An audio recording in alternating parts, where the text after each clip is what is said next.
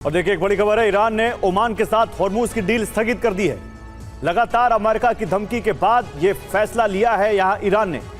धमकियों के साए में नहीं होगा समझौता, यह कहा है आईआरजीसी ने। तो बड़ी खबर, ईरान ने ओमान के साथ अपनी हॉर्मूज डील स्थगित कर दी है। लगातार अमेरिका की धमकी के बाद ईरान ने यह फैसला लिया है। अमेरिकी दखल जारी रहने तक हॉर्मूज नहीं खुलेगा, यह आईआरजीसी ने कहा है। और यह भी कहा है कि धमकियों के साए में कोई समझौता नहीं होगा। हॉर्मूज में शुल्क लगाने पर ईरान कायम है, यह भी आईआरजीसी ने कहा है।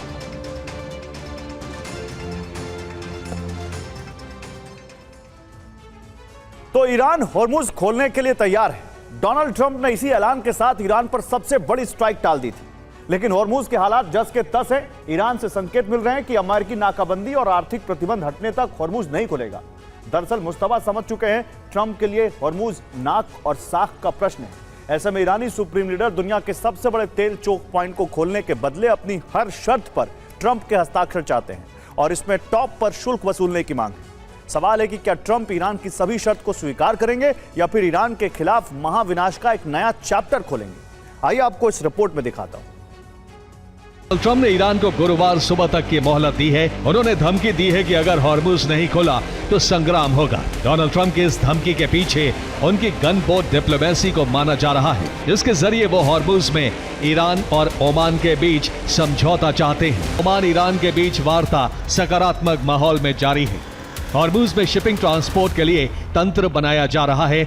वार्ता तेहरान और मस्कट के बीच एक द्विपक्षीय प्रक्रिया है, इसमें अमेरिका का कोई रोल नहीं है। प्रस्तावित तंत्र के मुताबिक 60 दिनों की व्यवस्था तय की जाएगी। हॉर्मूज में जहाजों का प्रवेश ईरानी शिपिंग रूट से होगा। हॉर्मूज से बाहर जाने वाले जहाज ओमान के करीब मौजूद लेन से गुजरेंगे। ईरान की इनबाउंड लेन पर उसका पूरा नियंत्रण होगा, लेकिन ईरान आउटबाउंड लेन से गुजरने वाले जहाजों की निगरानी का अधिकार चाहता है। साथ ही ये अधिकार भी चाहता है कि जरूरत पड़ने पर वो आउटबाउंड लेन में हस्तक्षेप कर सके। दरअसल हॉर्मूज स्ट्रेट में सबसे सकरा रास्ता ईरान के लराक द्वीप और ओमान के जाजिरत सलामा द्वीप के बीच मौजूद है। यहां लगभग 19.5 किलोमीटर का हिस्सा ईरान के जल क्षेत्र में आता है, वहीं 19.5 किलोमीटर का हिस्सा ओमान के जल क्षेत्र में। ऐसा इसलिए क्योंकि हॉर्मूज के सबसे सकरे हिस्से की कुल चौड़ाई सिर्फ 39 किलोमीटर के आसपास है।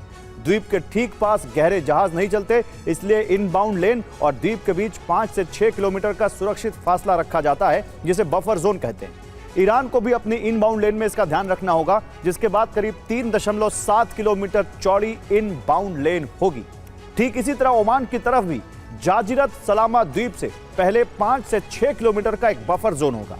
इसके बाद 3.7 किलोमीटर की आउटबाउंड लेन होगी। इसके बाद दोनों तरफ से बीच में 3.7 किलोमीटर के 2 सेपरेशन जोन होंगे।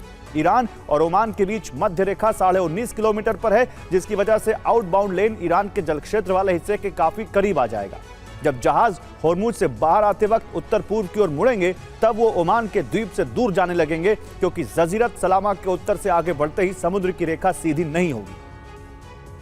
जजीरत सलामा द्वीप के गुजरते ही ईरान की 22 किलोमीटर जल क्षेत्र वाली अंतर्राष्ट्रीय सीमा लागू हो जाती है, जो लराक द्वीप से ही शुरू होती है। ऐसे में ईरानी जल क्षेत्र का दायरा बढ़ जाता है। इसी दौरान जहाज कुछ वक्त के लिए ईरानी क्षेत्र में जाने के लिए मजबूर होंगे। ईरान इसी आधार पर आउटबाउंड लेन की निगरानी की मांग कर रहा है। पहली, मुजतबा सुनिश्चित करना चाहते हैं कि इस लेन का इस्तेमाल ईरान के खिलाफ नहीं होगा। दूसरा, निगरानी का अधिकार मिलते ही हॉर्मूज पूरी तरह से ईरान के नियंत्रण में चला जाएगा। उसकी इजाजत के बिना हॉर्मूज में प्रवेश और यहां से बाहर आना नामुमकिन होगा। तो अमेरिका की शर्त है स्थायी सीज फायर लागू हो, जबकि ईरान की शर्त है कि अमेरिकी नाकाबंदी तुरंत हटाई जाए। यह एक्सियोस की रिपोर्ट है। अमेरिका यह भी चाहता है कि परमाणु वार्ता शुरू हो, जबकि ईरान की शर्त है कि तेल निर्यात पर पहले प्रतिबंध खत्म किया जाए। वो इसकी जिद पर अड़ा हुआ है। अमेरिका और ईरान 2 मुद्दे पर राजी होते हुए भी नजर आ रहे हैं, जिसके मुताबिक हॉर्मूज खुला भी हो, और खुला तो ईरानी जल क्षेत्र से जहाज हॉर्मूज में एंट्री करेंगे। ये अमेरिका इस पर राजी होता दिख रहा है। वही बाहर निकलने के लिए ओमान के जल क्षेत्र का इस्तेमाल करेंगे। दूसरी शर्त जिस पर वो राजी हो रहे हैं कि दोनों के बीच जो सबसे बड़ा पेच हॉर्मूज में शुल्क वसूलने को लेकर है। दावा है कि अमेरिका हॉर्मूज में कोई शुल्क नहीं चाहता, जबकि ईरान शुल्क वसूलने पर अड़ा हुआ है। अब दक्षिणी लेबनान ये जो है देखना है कि यहां ये कैसे आगे बढ़ते हैं। दुनिया की अर्थव्यवस्था जिस सकरे समुद्री रास्ते से सांस लेती है, आज उसी समंदर में विश्व युद्ध का सबसे बड़ा बारूदी बवंडर सुलग रहा है। ग्लोबल क्रूड ऑयल का सबसे बड़ा चोक पॉइंट अब एक ऐसा अभेद किला बन चुका है जहां दुनिया के सबसे ताकतवर मुल्क का गुरूर भी लहरों में गोते खा रहा है। आखिर कैसे महाशक्तियों का पावर गेम अब जमीन से खिसककर हर गहरे समंदर में पहुंच गया है। खिसककर कैसे एक बिछे हुए समुद्री जाल ने पश्चिमी देशों की नींद उड़ा दी है, आपको दिखाते हैं लहरों पर रचे जा रहे एक नए वर्ल्ड ऑर्डर की एक्सक्लूसिव रिपोर्ट। लेकिन ईरान ने न सिर्फ नाकाबंदी बरकरार रखी है बल्कि हॉर्मुज में सीक्रेट सैन्य ठिकाने भी बना लिए हैं। सी माइंस का जाल बिछाया हुआ है, लगातार उसके ड्रोन सर्विलांस कर रहे हैं। द्वीपों पर मिसाइल लॉन्चिंग साइट एक्टिव हैं, यानी ईरान ने हॉर्मुज को इस युद्ध की साख बना लिया है। और ईरान ने हॉर्मुज में ऐसा चक्रव्यूह रचा है जिससे पेंटागन में कोहराम मच गया है। ईरान ने चीन रूस के साथ मिलकर ऐसा गठबंधन तैयार कर लिया है जिससे अमेरिका हॉर्मुज में घिर गया है। हालात ऐसे हैं कि अरब देशों का भरोसा ट्रंप से घटने लगा है। ईरान अभी भी हॉर्मुज का सुल्तान है क्योंकि उसे चीन रूस से लगातार सैन्य सहायता मिल रही है। इससे उसका दबदबा हॉर्मुज में बना हुआ है।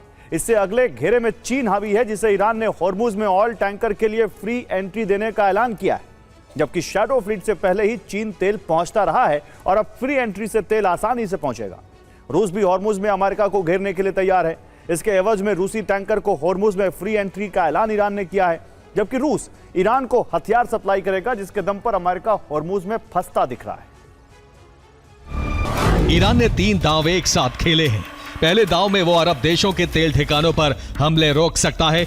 इसके एवज में अरब देशों को हॉर्मुज से गुजरने पर शुल्क देना होगा। अरब देश इसके लिए तैयार भी हो सकते हैं क्योंकि अरब देशों की घबराहट तब से बढ़ी हुई है जब से ऐसी खबरें आई हैं कि अमेरिका खाड़ी देशों से सैन्य ठिकानों को शिफ्ट कर सकता है। ईरान का दूसरा दांव यूरोपीय देशों को लेकर है। ऐसी रिपोर्ट सामने आई हैं, यूरोपीय देशों की हॉर्मुज में एंट्री को लेकर ईरान ने एक प्रस्ताव तैयार किया है। ईरान उन यूरोपीय देशों को इस नई व्यवस्था में शामिल करा सकता है जो माइन क्लियरेंस और दूसरी सुविधाओं को लेकर खर्च उठाने को तैयार हो। ईरान चोक पॉइंट को यूरोपीय देशों के लिए खोलने पर विचार कर रहा है। ईरान का तीसरा दांव है रूस चीन के लिए फ्री ट्रांजिट पास, जिसको लेकर सहमति भी बन चुकी है। इसके एवज में चीन रूस सैन्य सहायता जारी रखेंगे। और अब हॉर्मुज को लेकर ड्रैगन सक्रिय हो चुका है जो अपने सीक्रेट बेस से अमेरिकी युद्धपोतों की निगरानी कर सकता है। वो ठिकाना अदन की खाड़ी के पास जिबूती है। इसे चीन ने 2007 में बनाया था।